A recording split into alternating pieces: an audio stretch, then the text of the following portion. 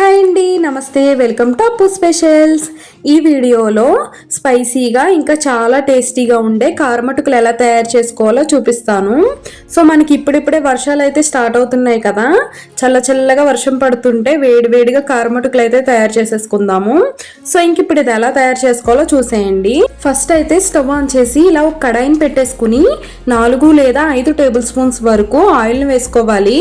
ఈ ఆయిల్ కాస్త ఇలా హీట్ అయిన తర్వాత 1 కప్పు వరకు వేరుశనగుళ్ళు వేసుకుని దోరగా ఫ్రై చేసుకోవాలి.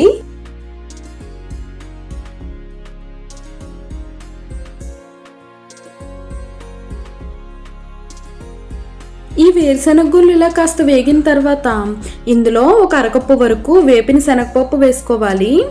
ఇది పచ్చి శనగపప్పు కాదు, వేపిన శనగపప్పు అంటారు కదా, పుట్నాల పప్పు, అది వేసుకోవాలన్నమాట. తర్వాత ఇందులోకి ఒక 15 నుండి 20 జీడిపప్పులు వేసుకోవాలి.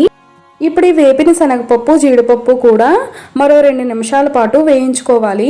ఈ వేపిన శనగపప్పు నార్మల్ది అయితే ఒక టేస్ట్ వస్తుంది, అదే ఇలా ఆయిల్లో వేయించి తీసుకుంటే ఆ టేస్ట్ అయితే చాలా బాగుంటుంది అనమాట. ఇంకా జీడిపప్పు కూడా ఆప్షనల్ మాత్రమే, ఉంటే వేసుకోవచ్చు లేదంటే లేదు. కానీ ఈ అటుకుల మిక్చర్కి అయితే ఈ జీడిపప్పు, ఈ శనగపప్పు, ఇంకా ఈ వేరుశనగులు వేసుకోవడం వల్ల టేస్ట్ అయితే చాలా బాగుంటుంది అనమాట. సో ఇప్పుడైతే ఇలా వేగిన తర్వాత ఒక ప్లేట్లోకి తీసుకుని పక్కన పెట్టేసుకోవాలి. ఇప్పుడు ఇవన్నీ ఇలా ప్లేట్లోకి తీసేసుకున్న తర్వాత ఇదే ఆయిల్లోకి 1 కప్పు వరకు ఇలా సన్నగా కట్ చేసుకున్న ఉల్లిపాయ చీలికలు వేసుకోవాలి. ఇప్పుడు ఈ ఉల్లిపాయ చీలికలు మంచి గోల్డెన్ కలర్ వచ్చేంత వరకు ఫ్రై చేసుకోవాలి. ఈ అటుకుల మిక్చర్కి ఈ ఉల్లిపాయ చీలికలు వేసుకోవడం వల్ల టేస్ట్ అయితే చాలా బాగుంటుంది అనమాట.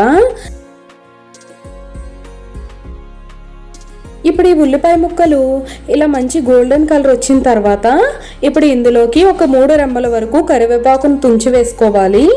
ఇప్పుడు ఈ కరివేపాకును కూడా 1 నిమిషం పాటు ఇలా వేయించుకోవాలి.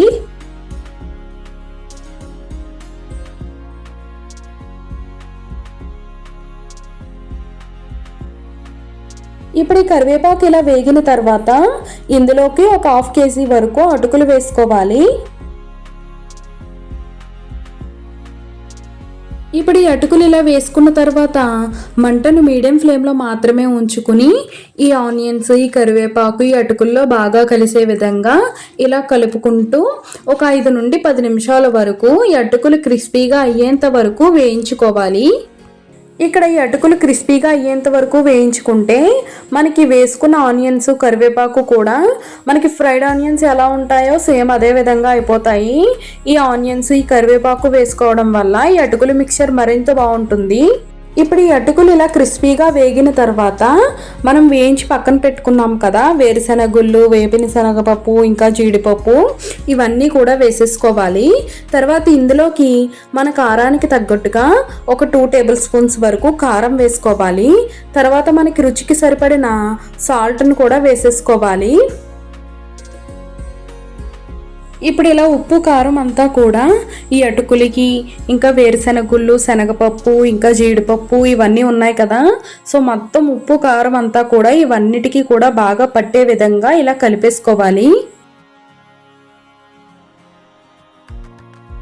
ఈ అటుకుల మిక్చర్లో ఈ వేరుశనగుళ్ళకి, ఇంకా జీడిపప్పు, ఈ వేపిన శనగపప్పు కూడా ఉప్పు, కారం ఇలా పట్టించడం వల్ల మనకి ఈ అటుకుల మిక్చర్ తినేటప్పుడు మధ్యలో ఈ వేరుశనగుళ్ళు ఇవన్నీ తగులుతూ ఉంటాయి కదా, వాటి టేస్ట్ అయితే చాలా బాగుంటుంది అన్నమాట.